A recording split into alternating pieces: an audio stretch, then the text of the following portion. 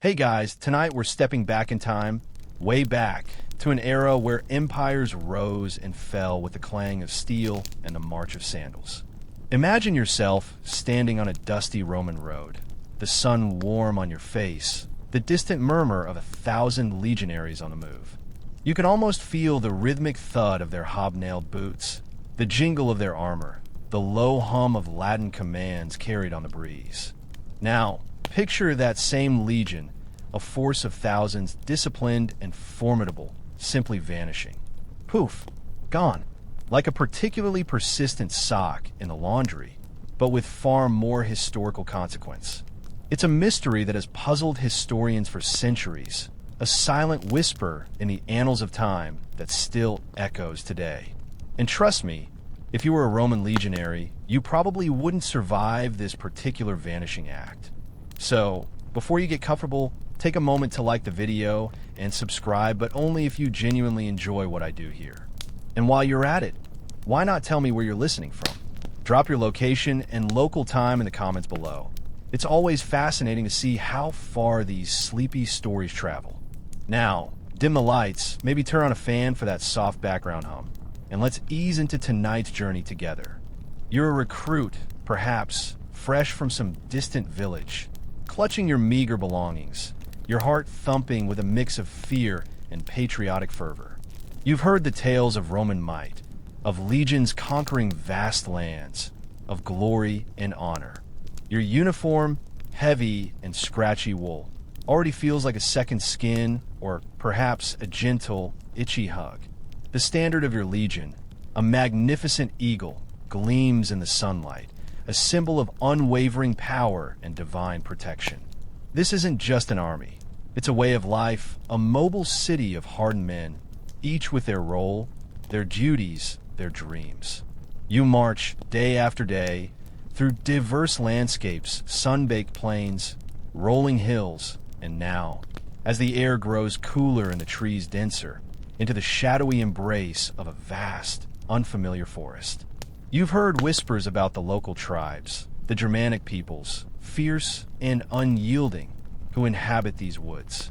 But you're a Roman legionary. You're part of an unstoppable machine. What could possibly go wrong?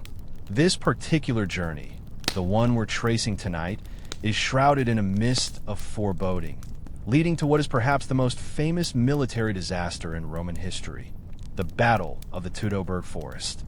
It's a mainstream historical fact that in AD 9, 3 Roman legions, the 17, 18, and 19, along with 6 cohorts of auxiliaries and 3 squadrons of cavalry, a force totaling somewhere between 15,000 and 20,000 men, simply ceased to exist as a coherent fighting unit.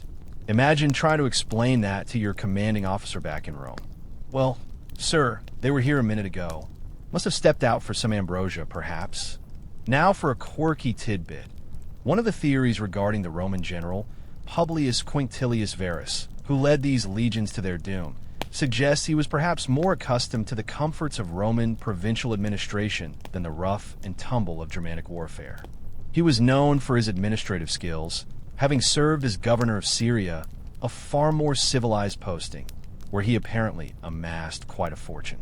Perhaps he underestimated the local resistance, seeing them as mere barbarians easily brought to heel by Roman discipline and the occasional tax assessment.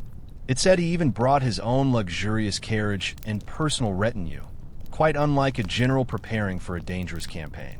You can almost picture him sipping a fine Falernian wine, musing, surely these forest dwellers will appreciate the benefits of Roman roads and aqueducts, won't they?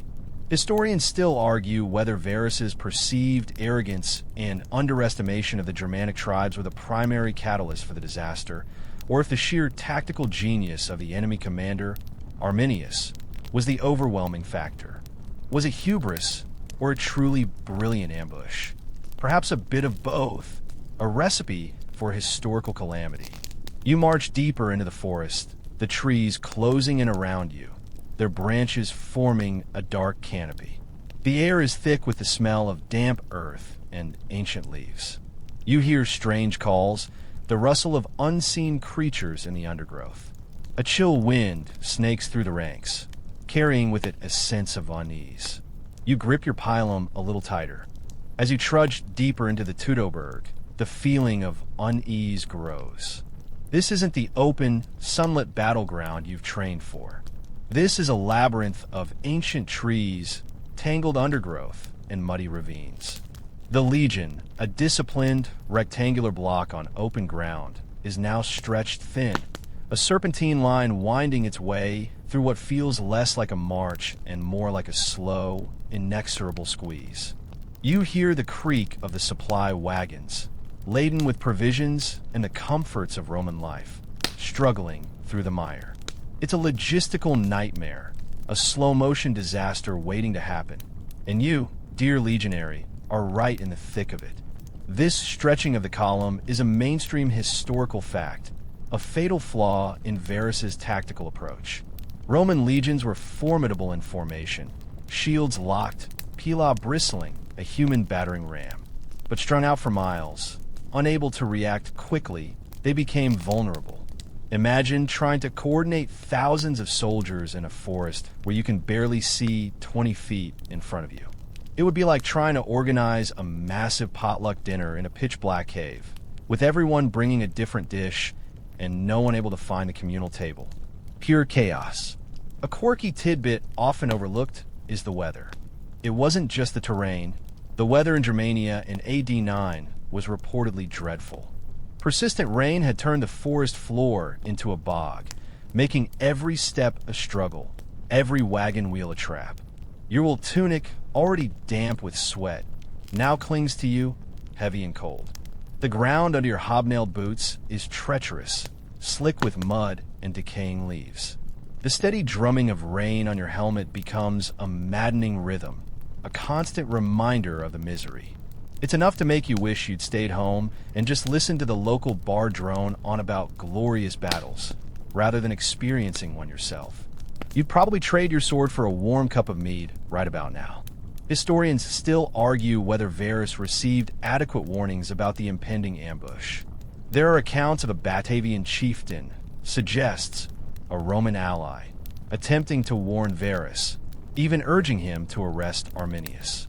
But Varus, perhaps blinded by his faith in Roman military superiority, or simply disbelieving the extent of the Germanic threat, dismissed these warnings as mere rumors or tribal squabbles. You can almost hear him, leaning back in his camp chair, waving a dismissive hand. Oh, these provincials, always exaggerating for dramatic effect. It's just a bit of a damp stroll, isn't it? The silence of the forest is punctuated only by the sounds of your own weary march, the creak of leather, the soft slosh of mud. But it's a deceptive silence, a heavy, expectant quiet that feels wrong. You've been marching for days, it feels like weeks, through this oppressive green tunnel. Fatigue gnaws at your muscles, and the constant damp chill has settled deep into your bones. Your mind wanders to the warm baths of Rome, the lively taverns, the sweet taste of figs and honey. Anything but this endless, claustrophobic forest. You adjust your helmet, a tiny tremor of apprehension running through you. This isn't what they taught you in basic training. This is something far more sinister. The path narrows further, forcing the legions into an even more vulnerable single file. On either side, the trees grow thicker, their branches interlacing, forming a natural, impenetrable barrier. You might try to glance into the dense undergrowth, but it's just shadows and the occasional glint of water on a fern. No clear lines of sight, no room for your legion to deploy into its fearsome battle formation. It's like trying to fight a war in a very long, very dark hallway, with enemies lurking behind every door you can't open. Not ideal. The air grows heavy, not just with moisture, but with a palpable tension. Something is coming. You can feel it in your bones, in the way the birds have fallen silent, in the sudden, eerie quiet of the forest. The gentle humor of your comrades has faded, replaced by grim determination or a quiet dread. You grip your pilum, its familiar weight a small comfort in the suffocating stillness. You're marching, or rather, sloshing, through the murky depths of the Teutoburg, the constant rain a dreary companion. The Legion, usually a picture of perfect order, is now a strung out line, a long, vulnerable serpent winding through the thick undergrowth. You can practically hear the collective sigh of resignation from thousands of men, each step a testament to sheer, unadulterated fatigue. This wasn't the glorious conquest they signed up for. This was a muddy, miserable trek, a stroll through a particularly uninviting part of the Roman Empire. This vulnerability, the legion's extended line, is a mainstream historical fact that sealed their fate. Roman legions were designed for pitched battles on open fields, where their disciplined formations and heavy infantry could overwhelm an enemy. Here, in the dense forest, their strengths were negated, and their weaknesses, like the need for a wide marching path and efficient communication, became fatal liabilities. Imagine trying to maneuver a supertanker through a winding river. It's just not going to end well. A quirky tidbit, perhaps a rumor that would have circulated among the weary ranks, concerns Varus's personal baggage. It said he was traveling with an extravagant amount of personal luxury, including a significant portion of his wealth, fine dining utensils, and even his household slaves.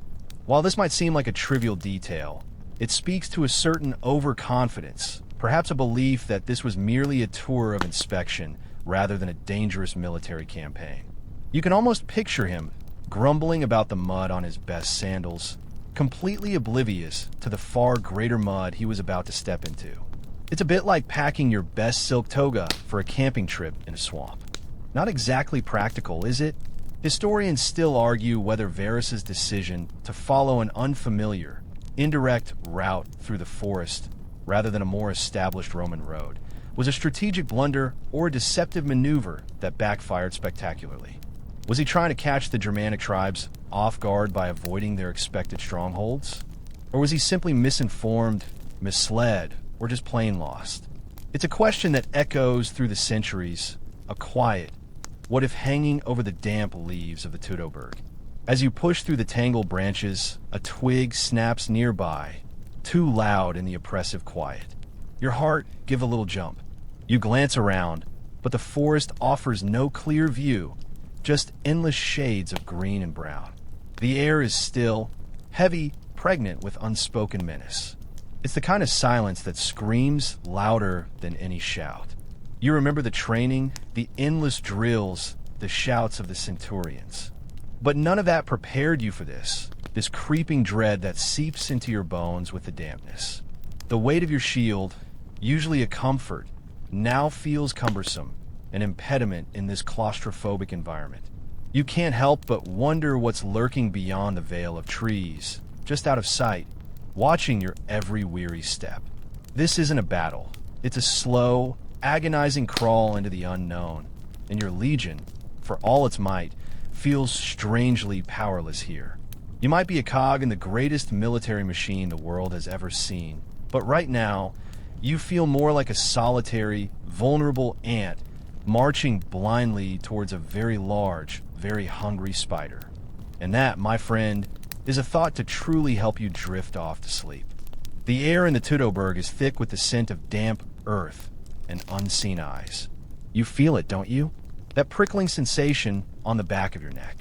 The silence, once merely uncomfortable, now hums with menace. And then, you hear it, not a shout, not a battle cry, but a sudden, almost imperceptible rustle, like 100 unseen leaves shifting at once. You grasp your gladius, your heart pounding a frantic rhythm against your ribs. This isn't just a march anymore. It's a terrifying waiting game. This sudden, devastating attack, a pre-planned ambush, is a mainstream historical fact, the culmination of brilliant strategy by Arminius. He didn't confront the Romans head-on in an open field, which would have been suicide. Instead, he lured them into terrain that nullified their strengths and amplified their weaknesses. Imagine setting a trap for a particularly large, armored badger, knowing it can't maneuver well in tight spaces. You don't fight it in its open field. You guide it into a narrow, muddy cul-de-sac. That's essentially what Arminius did to the Roman legions. A quirky tidbit about Arminius himself. He wasn't just some wild barbarian chieftain. He was a Cheruscan nobleman who had actually served in the Roman army, even gaining Roman citizenship and equestrian rank. He understood Roman tactics, Roman discipline, and more importantly, Roman arrogance. He knew their every move, having been one of them. It's like your trusted colleague who knows all your workflow shortcuts and secret coffee stash, suddenly deciding to sabotage your entire project from the inside. Betrayal doesn't get much more intimate than that. He even had a Roman name, Arminius, given to him during his service.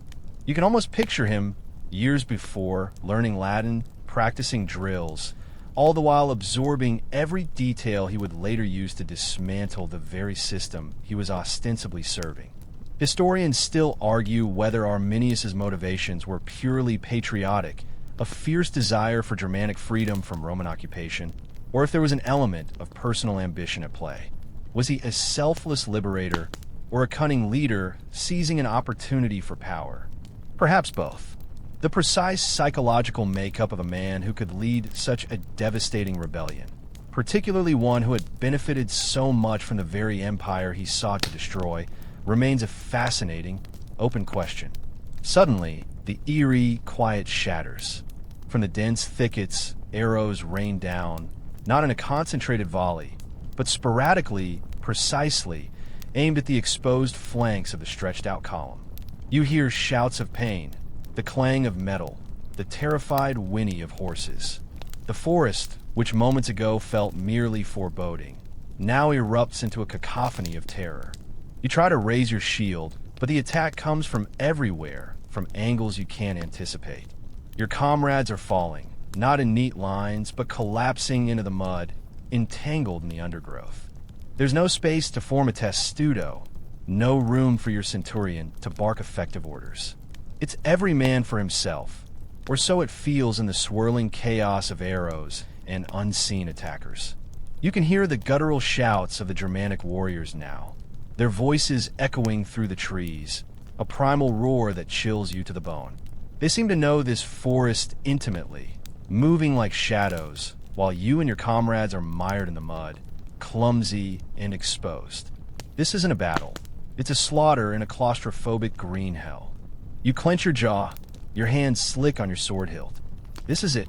The moment you wished you'd paid more attention to the escape routes back in basic training.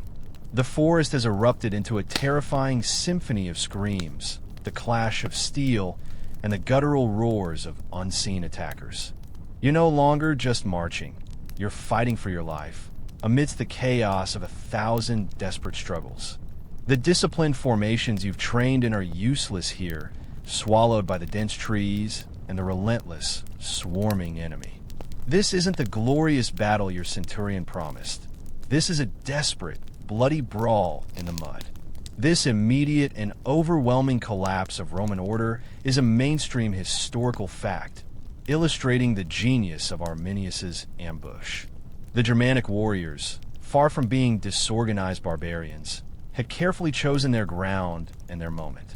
They had constructed hidden earthworks and barricades, forcing the Roman column into even tighter, more vulnerable passages, creating choke points where the legion's numerical superiority became a liability. It was less a battle, and more like herding sheep into a very small, very sharp-edged pen. A quirky tidbit that might surprise you. Despite the overwhelming defeat, some Roman soldiers reportedly fought with incredible bravery and tenacity. Accounts, albeit Roman ones, speak of centurions rallying small pockets of men, desperately trying to maintain some semblance of order against impossible odds. Imagine trying to conduct an orchestra when everyone else is playing a different instrument and the conductor's stand has just been hit by a rogue pineapple. It's admirable, if utterly futile. There are even whispers of small groups managing to break through the initial onslaught, only to be hunted down later. Their courage, however, did little to alter the grim outcome. Historians still argue whether the Germanic tribes possessed a sophisticated long-term plan for this ambush, or if their strategy evolved dynamically as they observed the Romans' blunders. Was this a meticulously orchestrated military masterpiece from the outset, or a series of brilliant adaptations to Varus's escalating mistakes? The exact level of pre-planning versus on-the-fly tactical adjustments by Arminius remains a subject of scholarly debate, a puzzle piece that refuses to fit perfectly. You parry a desperate swing from a warrior wielding a crude but effective axe, the impact jarring your arm. The air is thick with the metallic tang of blood and the acrid smell of fear. Mud splatters your face as a comrade falls beside you. You can hear the screams of the wounded, fading into the general din. There's no escape, nowhere to retreat. The forest itself seems to be closing in, alive with enemies. Your training kicks in, a primal instinct to survive, but it feels like you're fighting a Hydra cut down one attacker, and two more appear from the shadows. The proud eagle standard of your legion, once a beacon of strength, is now just a desperate rallying point, surrounded by a swirling mass of combatants. You glimpse it through a break in the trees, swaying precariously, its gold glinting briefly before being obscured by the chaos. It's a chilling thought. That symbol of Roman might is now at the mercy of a desperate struggle, possibly to be captured, a dishonor unthinkable just days ago. You might be a disciplined legionary, but right now, you're just another terrified human caught in a maelstrom. The battle rages, a maelstrom of desperate blows and guttural cries, and you're caught in its terrifying current. You see your comrades falling, not just to the enemy's weapons, but to the treacherous terrain, tripping in the mud, tangled in the undergrowth. This isn't a battle line. It's a swirling, desperate melee, and the Roman advantage of formation has dissolved like salt in the persistent rain. This complete breakdown of Roman tactical superiority is a mainstream historical fact, vividly demonstrating how effectively Arminius had neutralized Rome's greatest strength. The Germans, fighting on their home ground, using hit-and-run tactics, were like phantoms in the mist, striking and vanishing before the Romans could effectively retaliate. It was a game of cat and mouse, only the mice were heavily armored and very, very confused. The forest provided natural cover, allowing them to appear seemingly out of nowhere, deliver a devastating blow, and then melt back into the shadows. Imagine trying to fight a swarm of particularly aggressive, invisible bees in a dense fog. You'd be flailing, wouldn't you? A quirky tidbit that often goes unmentioned is the sheer logistical nightmare for the Germanic forces after the battle. While they achieved a stunning victory, they were left with thousands of Roman bodies, equipment, and captives. What do you do with all that? It's not like they had a convenient Roman body disposal and loot processing center. Historians suggest the aftermath involved extensive stripping of armor and weapons, a grim form of recycling, and the enslavement or sacrifice of many captives. It's a sobering thought, the practical realities of winning such a decisive, bloody victory. Historians still argue whether the Germanic tribes, after their initial success, maintained a fully cohesive command structure throughout the multi-day battle, or if the continued onslaught was fueled more by opportunistic skirmishes and the sheer momentum of their initial triumph. Was Arminius dictating every move, or did his warriors, emboldened by their early victories, simply continue their relentless pursuit? The degree of centralized control versus individual initiative among the Germanic forces remains a subject of scholarly debate. You feel a sharp pain in your arm as a glancing blow connects, but the adrenaline numbs it quickly. Your focus is on the next shadow, the next glint of a weapon. The sounds of battle begin to change, subtly but distinctly. The initial ferocity of the ambush, the shock and terror, gives way to a more desperate, prolonged struggle. You hear the cries of your centurions, now hoarse, urging you forward or backward or sideways. It's hard to tell in the confusion. The Roman spirit, that famous stubbornness, is still there, but it's fighting against an overwhelming tide. You see glimpses of the Aquilifer, the standard bearer, grimly clinging to the eagle, a beacon of hope in the deepening despair. But even that sight is fleeting, swallowed by the swirling mass of combatants. The rain continues, a cold, unfeeling drizzle, washing the blood into the mud, making every surface slick and treacherous. You stumble, recover, and keep fighting. The sheer physical exhaustion begins to set in, a heavy blanket over your muscles. Every swing of your gladius feels heavier, every step more deliberate. You're no longer thinking of home, or glory, or even survival in the long term. You're just focused on the next second, the next attack, the next breath. This isn't just a battle. It's an endurance test against an invisible enemy and the very earth beneath your feet. You wonder if this is how it ends, lost in a cold, nameless forest far from home. The screams begin to fade, replaced by the sickening sounds of bodies falling, of weapons clattering to the muddy ground. You're still fighting, but it's a losing battle, a desperate rearguard action against an invisible, relentless tide. The forest, once your prison, now feels like your tomb. The air grows heavy with the smell of defeat.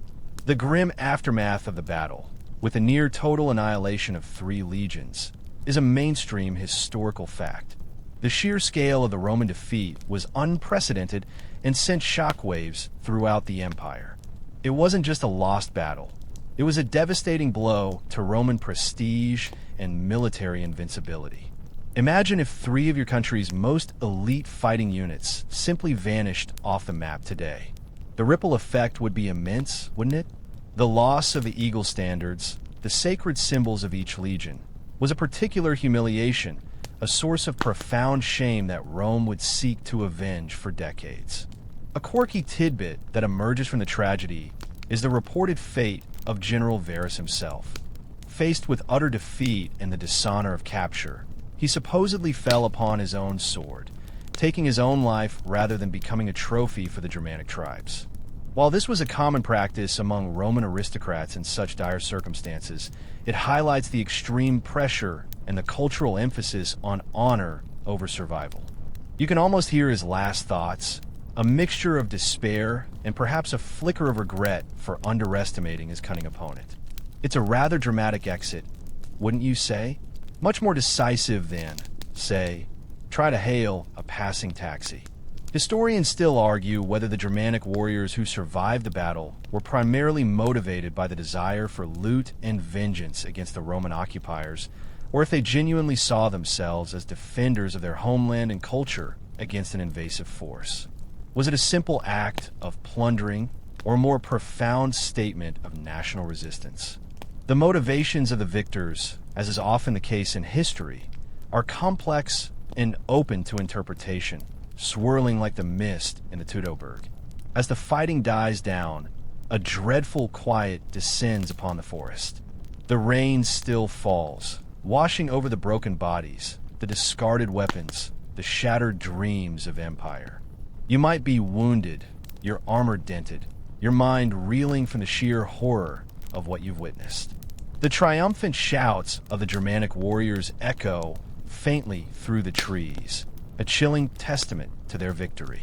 You're surrounded by silence, a silence more terrifying than any battle cry. The proud legion, that unstoppable force, is no more. Its men, your comrades, lie scattered amidst the trees, or worse, have been captured. The reality sinks in. You are truly alone in this hostile wilderness. There's no clear path home, no rallying point, just the chilling whisper of the wind through the leaves, carrying the ghosts of thousands. It's a sobering end to a grand ambition, and perhaps the perfect lullaby for a restless mind. The silence that descends upon the Teutoburg is not peaceful. It's the heavy quiet of utter devastation. You, if you're among the few who survived the initial onslaught, now face a terrifying choice. Attempt to flee into the hostile wilderness, or face the grim fate of capture. The battle may be over, but the nightmare is far from it. The immediate aftermath, the profound shock of the Roman Empire, is a mainstream historical fact. When news of the disaster reached Rome, Emperor Augustus was reportedly so distraught that he would bang his head against the door, crying out, "Quintilius Varus, give me back my legions." This visceral reaction highlights the unprecedented scale of the defeat and the deep psychological impact it had on the most powerful man in the world. Imagine being told that a cornerstone of your power, something you believed invincible, had simply ceased to exist. It would be enough to make anyone want to bang their head against a door. A quirky tidbit from the post-battle scene involves the recovery, years later, of some of the lost eagle standards. While the legions themselves were gone, the Roman military went to great lengths to retrieve these sacred symbols of their lost units. Germanicus, nephew of Emperor Tiberius, led punitive expeditions years later and managed to recover 2 of the 3 eagles.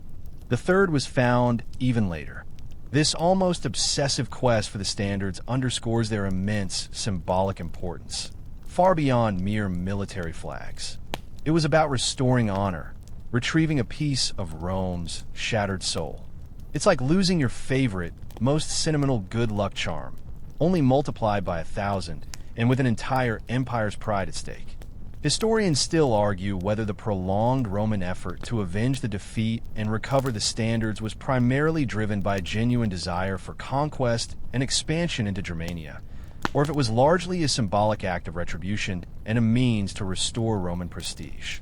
Was it about truly pacifying the region, or simply making a very loud statement that Rome wouldn't be trifled with, even if it meant not actually keeping the territory? The true strategic objectives of these later campaigns remain a subject of nuanced scholarly debate. You might be huddled in the dark, the sounds of scavenging animals and distant shouts your only companions.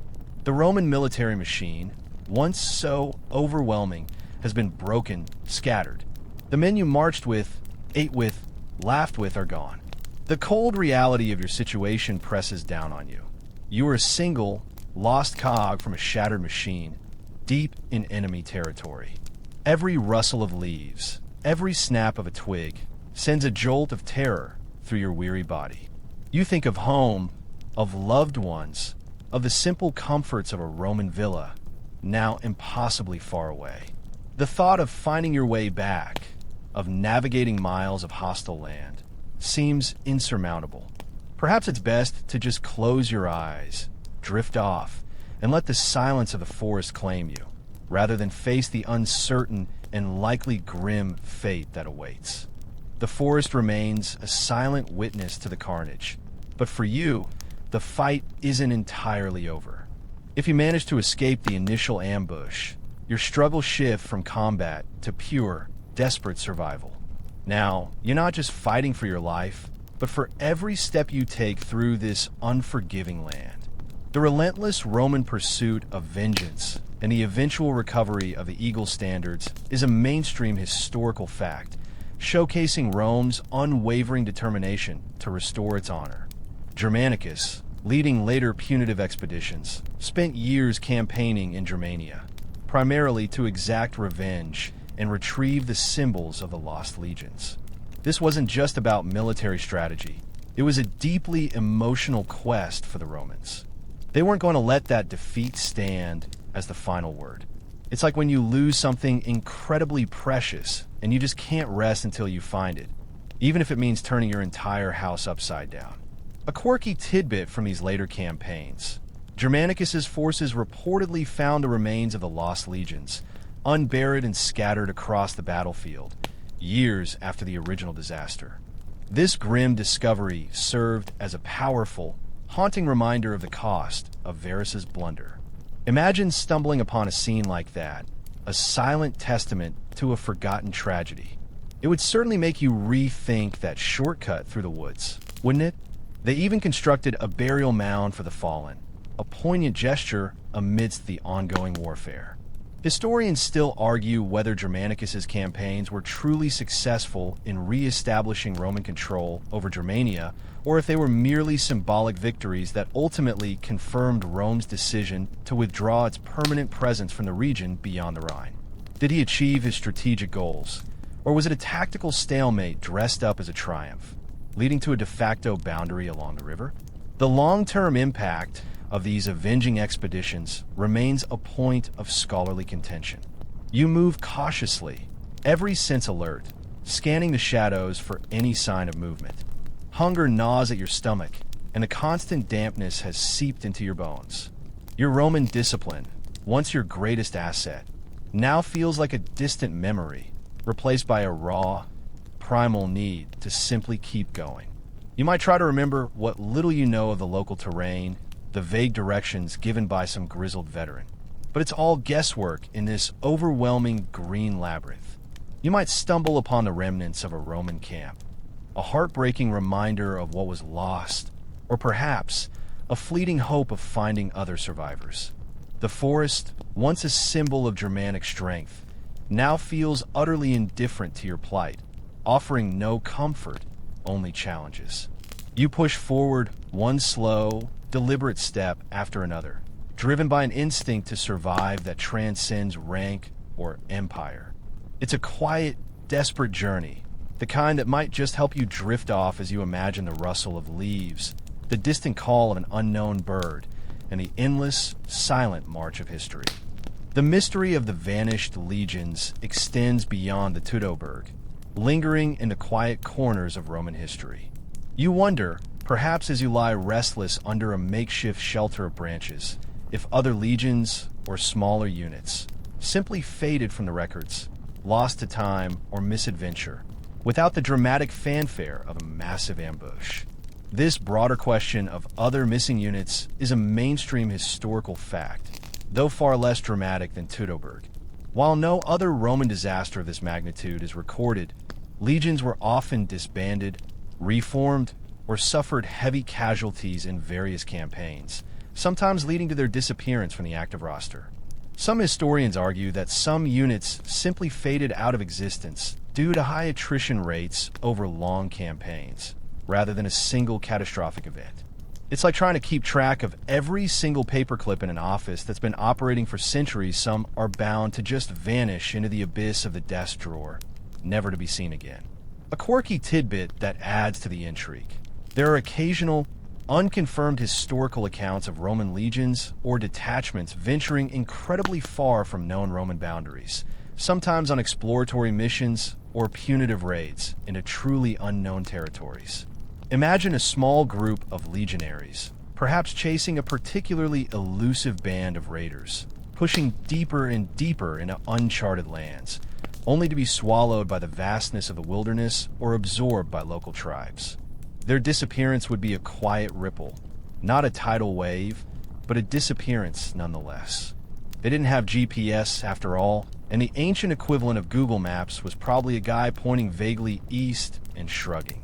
Historians still argue whether the Roman emphasis on military glory led them to downplay or omit certain less than victorious outcomes from their official records, potentially obscuring other instances of units simply disappearing. Was there a deliberate effort to sanitize the historical narrative to avoid mentioning every single Roman blunder or loss? Or was there record keeping, meticulous as it was, simply not equipped to track every individual soldier or small lost unit across a sprawling empire? The extent of such historical omissions remains a point of scholarly discussion. You might imagine a small cohort, sent to put down a minor rebellion in a remote corner of Dacia, or perhaps a patrol tasked with mapping a new frontier in North Africa, simply never returning. The official reports might state, lost in action or presumed dead, without the dramatic details of an ambush. Their families in Rome would grieve, but their stories would not become the stuff of epic poems or emperor's lamentations. Their disappearance would be a quieter tragedy, swallowed by the sheer scale of the empire and the constant churn of war. You could be one of them, a forgotten soldier whose path led to a silent, unmarked end, far from the grand narratives of Rome. It's a thought both melancholy and strangely soothing, the idea of simply fading into the ancient landscape, becoming part of the whispers of history. The Roman Empire, for all its might, was a bureaucratic marvel, but even the most meticulous record-keeping can have gaps, especially when dealing with a sprawling dominion and constant warfare. You might imagine the vast scrolls, the meticulous ledgers, but even those have their limits. They're quiet blanks where legions once stood. This meticulous, yet sometimes incomplete, nature of Roman military record-keeping is a mainstream historical fact. While the Romans were famously organized, their records were often geared towards administrative purposes, like troop deployments, pay, and logistics, rather than providing a detailed, minute-by-minute account of every soldier's fate. They didn't have spreadsheets that automatically updated when someone went missing. Imagine trying to keep perfect track of every single employee in a company that spanned 3 continents, using only parchment and quill. It's impressive they did as well as they did. A quirky tidbit that illustrates this point: military censuses, while regular, could be notoriously inaccurate, especially in frontier regions or during prolonged conflicts. Soldiers might be listed as present when they were, in fact, captured, deserted, or even long dead in a remote skirmish that never made it into the central ledger. It was a bit like trying to do inventory in a very large, very messy attic, where some items were just gone. You might write down 10 crates of amphory, but one might be missing, and no one would notice for years. Historians still argue whether the perceived disappearance of certain Roman units from the historical record is a true reflection of their complete annihilation, or simply a consequence of the archaic and sometimes fragmented nature of ancient documentation. Are we looking at genuine historical mysteries, or just the equivalent of a filing error from 2 millennia ago? The degree to which gaps in the historical record represent actual vanished legions versus merely lost paperwork is a subject of ongoing scholarly debate. You might envision a tired scribe, hunched over a flickering oil lamp in a dimly lit office, dutifully recording troop movements. He might jot down a legion's departure for a distant province, but the reports of its arrival or its eventual fate might be delayed, lost to a shipwreck, or simply deemed less important than tax revenue. Perhaps a small detachment went on a patrol that extended beyond the known boundaries of their map, encountering a tribe or a natural disaster that left no survivors to tell the tale. Their absence would be noted, but the how and why would remain a blank space, a small, unfulfilled line in a vast military ledger. The empire was too big, the frontiers too vast, the communication too slow for every single Roman to be accounted for. So, while the Teutoburg forest was a cataclysmic, well-documented loss, you can almost hear the quiet whisper of other, smaller groups, simply fading from the records, becoming mere ghosts in the machine of history. Beyond the grim statistics of the Teutoburg, you might find yourself wondering about the more intimate, human stories of those who survived, or rather, didn't perish immediately. What happened to the legionaries who didn't die in the ambush? Did they become prisoners, or did some simply desert, vanishing into the vast unknown, choosing a life beyond the empire's reach? The phenomenon of desertion, though often suppressed in official histories, is a mainstream historical fact in all armies, including Rome's. For a legionary caught in an impossible situation like Teutoburg, surrounded and cut off, the instinct to survive might have overridden all loyalty to the eagle standard. Running away, however dishonorable in Roman eyes, might have been the only path to staying alive. Imagine running through the dense German forest, desperate to escape, not knowing where you're going or what lies ahead. You might think you're heading for freedom, but you could just be running towards a different kind of unknown. A quirky tidbit that adds a layer of complexity.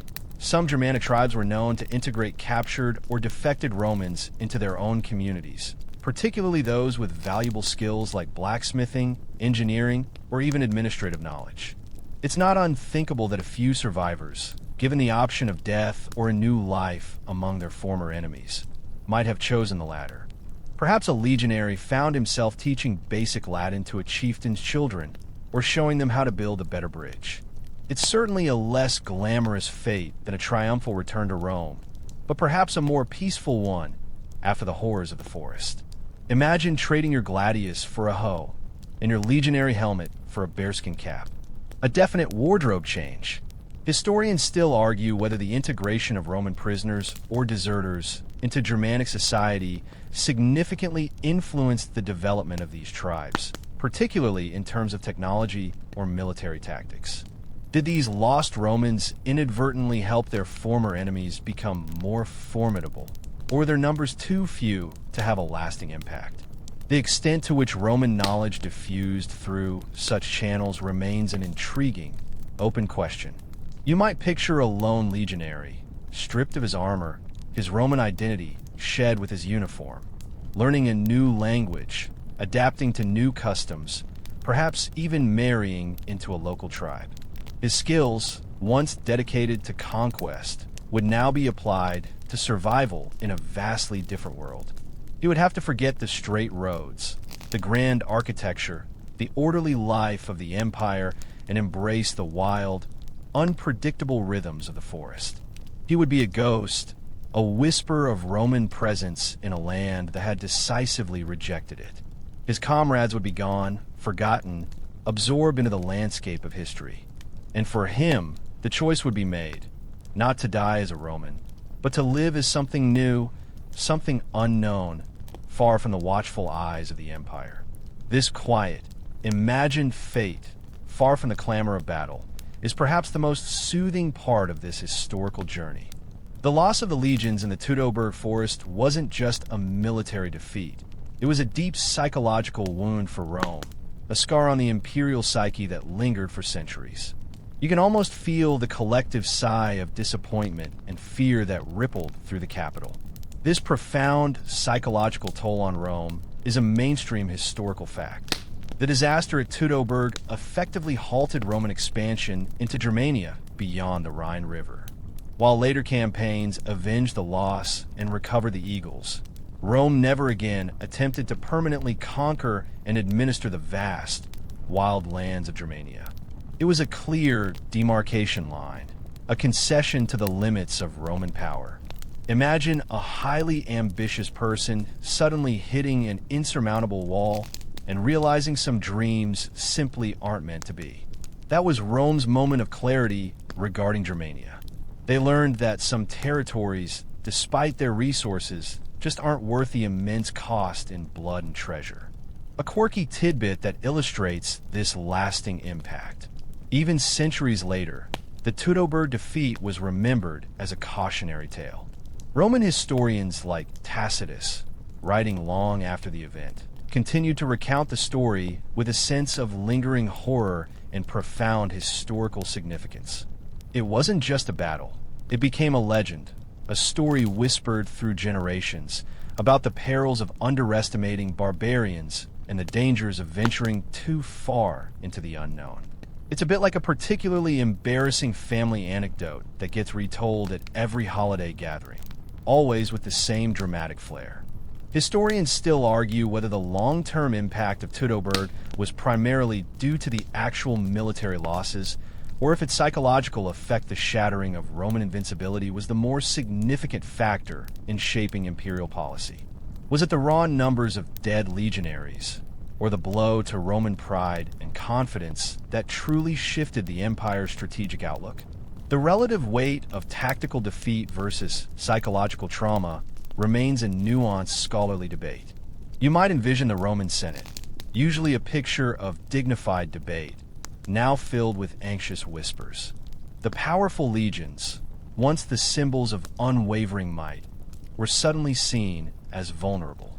The grand pronouncements of conquest were replaced by a cautious, almost resigned, acceptance of boundaries. For ordinary citizens, the news would have been terrifying if the invincible legions could vanish. What did that mean for the security of Rome itself? It would be like waking up one morning to find out your country's entire defense system had, well, simply taken a very long nap. The Rhine River, once just another obstacle to be crossed, became a de facto border, a line beyond which Rome rarely ventured with permanent intent. You can almost see the Roman garrisons, built along the river, looking out into the dense, dark forests of Germania, no longer with an eye to conquest, but with a wary, watchful gaze. The ghosts of the vanished legions lingered in those woods, a silent warning against hubris. And as you drift off, perhaps you can hear the gentle murmur of the Rhine, flowing endlessly, marking the boundaries of an empire's ambition and the quiet sorrow of a forgotten defeat. The enduring silence of the Teutoburg forest and the questions it raises continue to echo into our modern world.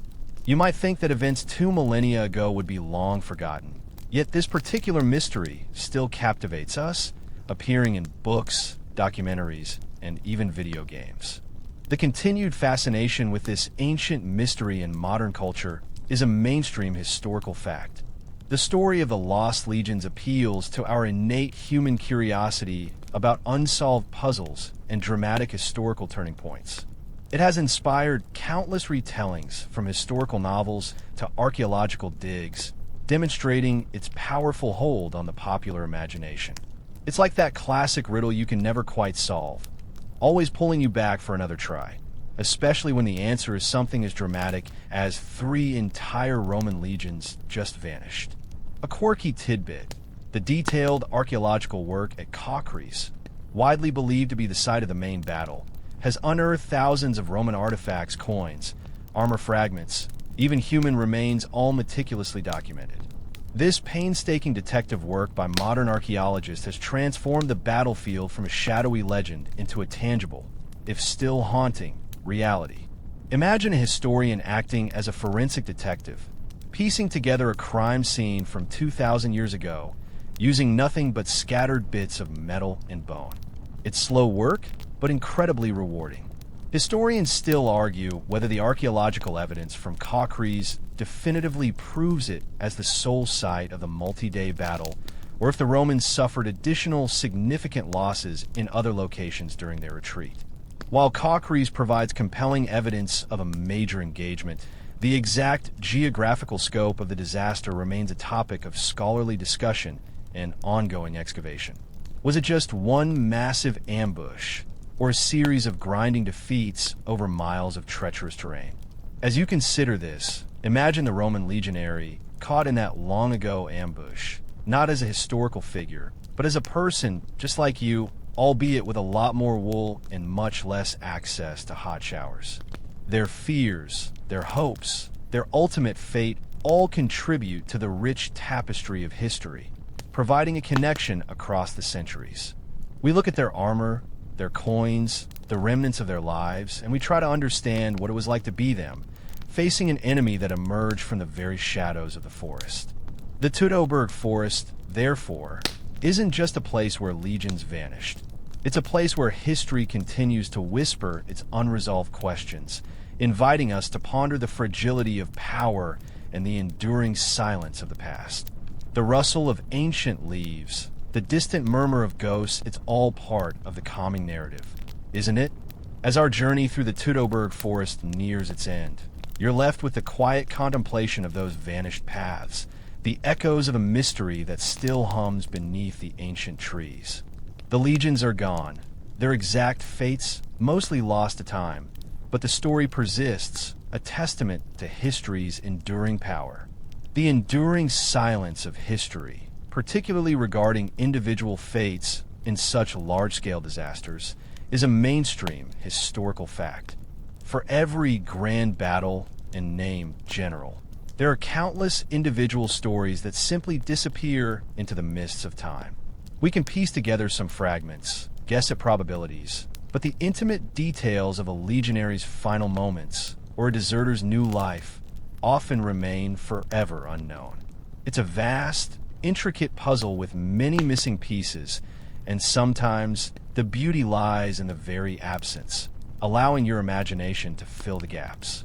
A quirky tidbit to ponder: imagine, if you will, the sheer volume of mundane objects left behind by these legions. Not just weapons and armor, but cooking pots, dice for games, bits of personal jewelry, even worn-out sandals. These everyday items, when unearthed by archaeologists, offer a strangely intimate connection to the vanished men, a quiet reminder that they were not just soldiers, but individuals with daily lives and small comforts. It's a bit like finding a single sock under your sofa that once belonged to a very distant ancestor, a small, tangible link to an unknowable past.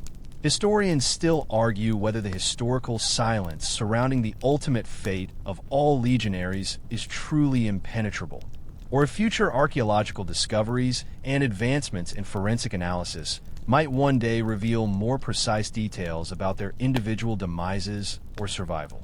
Can technology peel back another layer of this ancient mystery, or are some historical questions destined to remain unanswered, forever part of the tranquil quiet of the past? The potential for new knowledge, balanced against the inherent limitations of ancient sources, continues to fuel scholarly exploration. As you drift now, imagine the gentle hum of the wind through the vast, dark forests of Germania. Picture the slow crawl of morning mist over ancient battlefields, covering the silent ground where thousands once marched, fought, and fell. The mystery of the vanished legions isn't about gore or grand pronouncements. It's about the quiet passing of time, the way that even the greatest empires leave behind whispers, and how some stories, no matter how dramatic, eventually settle into a peaceful, almost comforting stillness. The forest holds its secrets close, but in that very mystery, there's a certain calm, a reminder that the world existed long before us, and will continue long after, with its own quiet rhythms. You can close your eyes now. The sounds of the ancient world are fading, replaced by the soft whisper of your own breath. The weight of history is lifting, replaced by the lightness of sleep. The vast, unknown paths of the past are dissolving into the comforting darkness.